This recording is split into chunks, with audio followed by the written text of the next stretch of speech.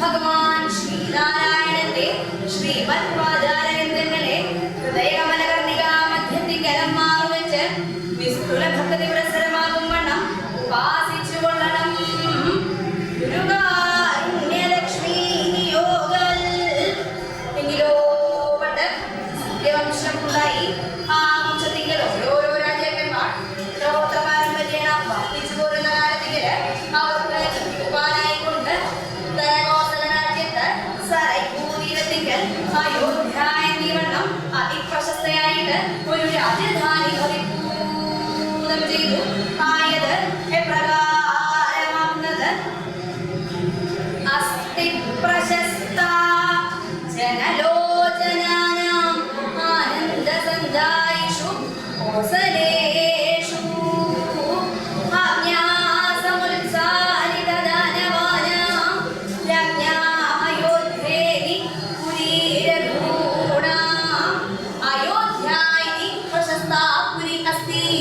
അയോധ്യ എന്നീവണ്ണം അതിപ്രശസ്തയായിട്ട് ഒരു രാജധാനി ഭവിക്കണു.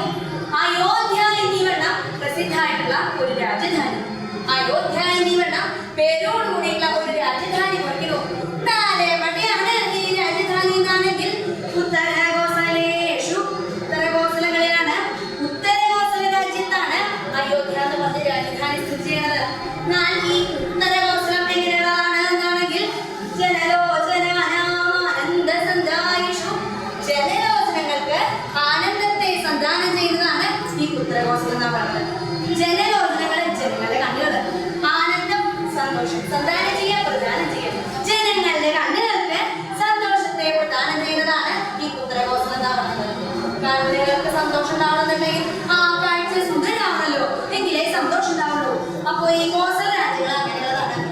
എന്താ അങ്ങനെ പ്രത്യേകിച്ച് പറയാൻ കാരണം? ചില സ്ഥലത്തൊക്കെ നിന്നാൽ, ചില രാജ്യത്തൊക്കെ നിന്നാൽ ഉണ്ടാവും മനോഹരമായിട്ടുള്ള കാഴ്ചകള്, ധാരാളം നദികള്, സമൃദ്ധിയായിട്ട് വെള്ളം, അതുപോലെ വൃക്ഷലതാദികള്, പൂക്കള്, തളിരുകള്, ഫലങ്ങള് എന്ന് വേണ്ട രമണീയമായിട്ടുള്ള കാഴ്ച കാണാൻ തന്നെ സുഖമാവും. അതാണ് സന്തോഷകരമാണ് എന്ന് പറയുന്നത്.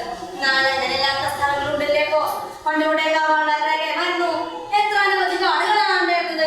അതുപോലെ നദികളിലൊക്കെ എത്രയോ വെള്ളം, സമൃദ്ധിയായിട്ട് വെള്ളം, വൃക്ഷലതാദികള്, പൂക്കള്, തളിരുകള്, ഫലങ്ങള്. ഇപ്പോഴോ നദിയില്ല, വൃക്ഷങ്ങളില്ല, ലതകളില്ല. വന്ന് കണ്ടാൽ മരുഭൂമിയുടെ അവസ്ഥയാണ്. അപ്പൊ അങ്ങനെയുള്ള സ്ഥലങ്ങളിൽ ചെന്ന് കണ്ടാൽ കാണാൻ കൗതുകമല്ല, സന്തോഷമല്ല ഉണ്ടാവുക. ഉത്തരകോസലം എങ്ങനെയായിരുന്നോ? അല്ല, അതിമനോഹരായിരുന്നു. അതാണ് ജനങ്ങൾക്ക് സന്തോഷത്തെ പ്രദാനം ചെയ്യുന്നതാണ് എന്ന് പറയുന്നത്. ഈ ഉത്തരകോസല രാജ്യത്ത് സരയൂ നദിയുടെ തീരത്താണ് അയോധ്യ എന്ന് പറഞ്ഞ രാജധാനി സ്ഥിതി ചെയ്യുന്നത്. എന്നാൽ ഈ രാജധാനിയില് അധിവസിക്കുന്നത് ആരാ? അല്ലെങ്കിൽ ഈ രാജധാനി ആരുടെയാ എന്നാണെങ്കിൽ അയോധ്യ ആരുടെയാ? അതന്നെയാണ് ഇപ്പൊ വലിയൊരു സംശയം അല്ലേ. അയോധ്യ ആരുടെയാണ്? അനവധ്യാവകാശികളാണ് കേട്ടത്. വലിയ തർക്കമായിരുന്നു. ഇപ്പോ തർക്കമൊക്കെ ഏതാണ്ട് അവസാനിച്ച പോലെയാണെന്നാ പറയണത്. എല്ലാവർക്കും കൂടി ഇപ്പൊ ഭാഗിച്ചു കൊടുക്കാൻ പുറത്തേക്കണു എന്നാ കേൾക്കണത്. എന്നാൽ ഇങ്ങനെ വല്ല തർക്കത്തിന്റെ ആവശ്യമുണ്ടോ എന്നാണ്. എന്താ രഘുവംശരാജാക്കന്മാരെ, സൂര്യവംശരാജാക്കന്മാരുടെ അവസ്ഥയാണ് ഈ അയോധ്യാഗത രാജധാനി. അപ്പോ അയോധ്യാധികമാണ് ഉത്തരകോസല രാജ്യത്താണ് സ്ഥിതി ചെയ്യുന്നത്. രഘുവംശ രാജാക്കന്മാരെയാണ് ഈ രാജധാനി എന്ന് പറഞ്ഞത്. ഈ രാജാക്കന്മാരെ എങ്ങനെയുള്ളവരാ? രാജ്യം അതിമനോഹരം, രാജധാനി വളരെ കേമം. പക്ഷേ രാജാക്കന്മാരെ ഭരിക്കുന്ന ആൾക്കാര് പ്രാപ്തിയില്ലാത്തവരാണെങ്കിലോ, അവരുടെ കാര്യം നോക്കണ്ട, സ്വന്തം കാര്യം പോലും നോക്കാൻ ചെയ്യാത്തവർക്കാരാണെങ്കിലോ. അപ്പോ രാജ്യം നന്നാവണമെന്നുണ്ടെങ്കിൽ അവിടുത്തെ രാജാക്കന്മാര് ആരായാലും തന്നെ അവര് കേമന്മാരാണ് എന്ന് പറയുന്നുണ്ടെങ്കിൽ എന്താ വേണ്ടേ? പ്രജാക്ഷേമയിൽ തൽപരരായിട്ട് ഭരണനിർവഹണം നടത്തണം. എങ്കിലേ ആ രാജ്യത്തിലും സൗഖ്യം ഉണ്ടാവുള്ളൂ, പ്രജകൾക്കും ക്ഷേമം ഉണ്ടാവുള്ളൂ. അപ്പോ ഈ രഘുവംശ രാജാക്കന്മാർ എങ്ങനെയുള്ളവരായിരുന്നു? ആ പ്രാപ്തിയുള്ളവരായിരുന്നു എന്നാണെങ്കിൽ ആജ്ഞാ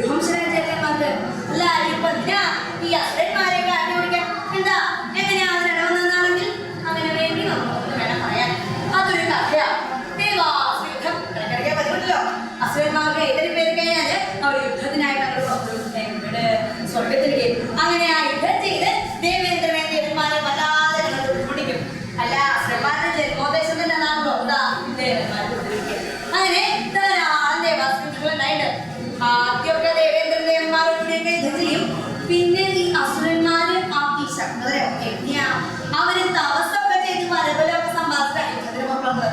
അപ്പൊ അസുരന്മാര് ശക്തരായതുകൊണ്ട് ദേവന്മാർക്ക് ജയിക്കാൻ സാധിക്കാത്ത അവസ്ഥയാവും. അപ്പൊ വേഗം തന്നെ ദേവേന്ദ്രൻ മഹാവിഷ്ണുവിനെ അഭ്യർത്ഥിച്ചു. അങ്ങനെ ശ്രീമദ് നാരായണൻ ഭഗവാൻ മഹാവിഷ്ണുവാണ് ഈ അസുരന്മാരിൽ നിന്നും ദേവന്മാരെ രക്ഷിക്കാറുള്ളത്.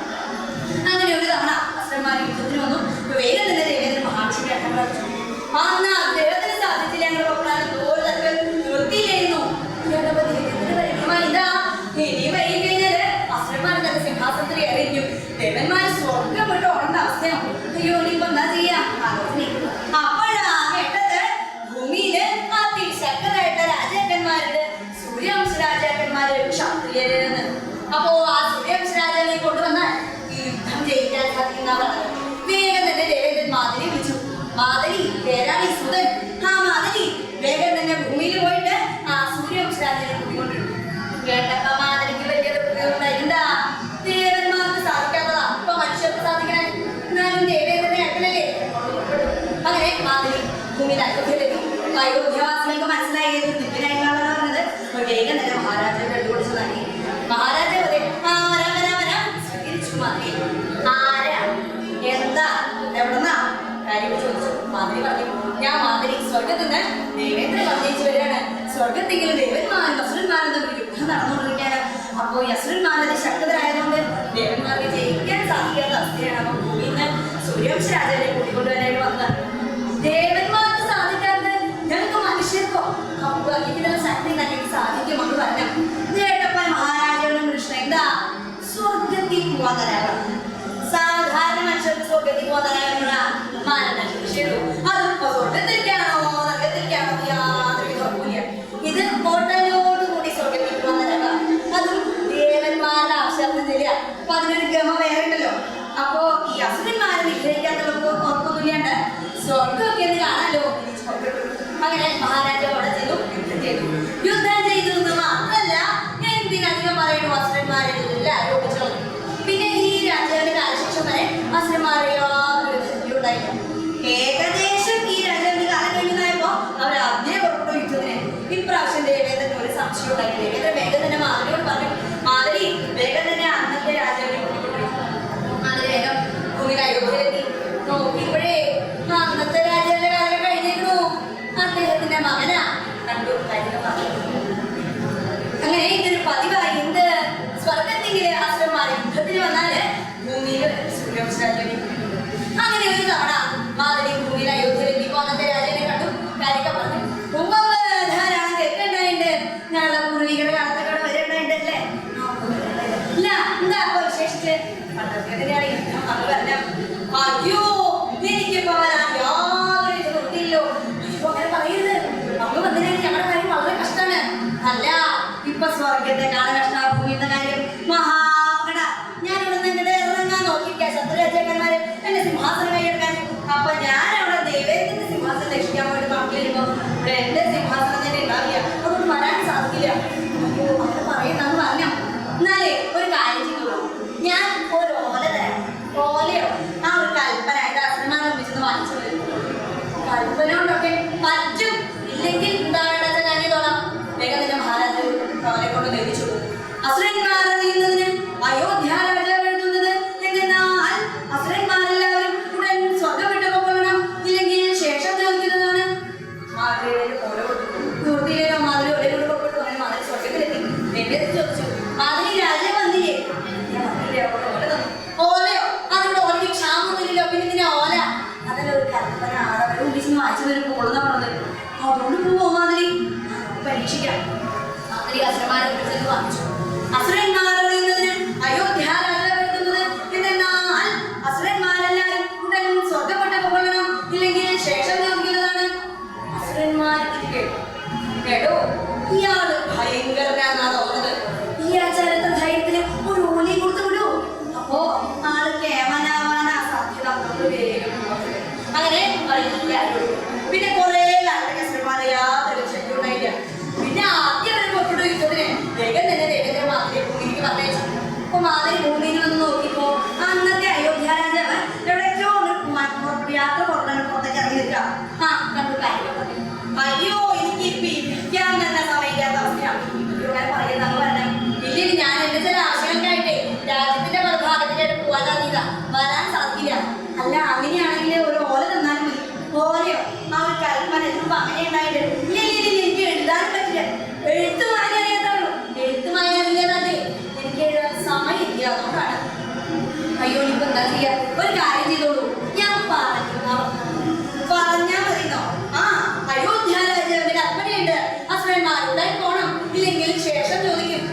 രാജാവിന്റെ വെട്ടി മാധവി ഇപ്പൊ എന്താ ഓലില്ല ഒന്നുമില്ലല്ലോ.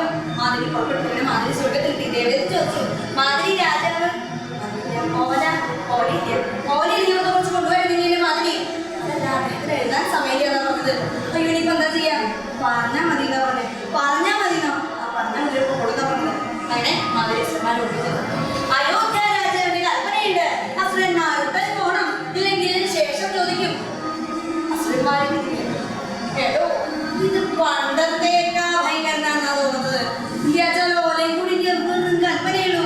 അപ്പോ ആള് കേമനാവാനാ സാധ്യത, നമ്മളെ തടിയേണവണ്ണം. അങ്ങനെ അവരെല്ലാവരും ഒരുങ്ങി. ഇങ്ങനെ വെറും കൽപ്പന കൊണ്ട് അസുരന്മാരെ ആട്ടിയോടിച്ചിട്ടുള്ളവരാണ് ഈ ഹെക്രോപ്സ് രാജാക്കന്മാരെ. ആജ്ഞ കൊണ്ട് സമുച്ചരിക്കപ്പെട്ട ദാനവന്മാരോട് കൂടിയിട്ടുള്ളവരാണ് ഈ ഹെക്രോപ്സ് രാജാക്കന്മാർ. ഇവരുടെയാണ് ഈ അയോധ്യ എന്ന രാജധാനി. ഈ രാജധാനിയില് അനവധി രാജാക്കന്മാര് പുത്രപൗത്ര പാരമ്പര്യം വർദ്ധിച്ചു പോരുകയും ചെയ്തു. അപ്രകാരമെല്ലാം ഇരിക്കുന്ന ഈ സൂര്യവംശ രാജാക്കന്മാർ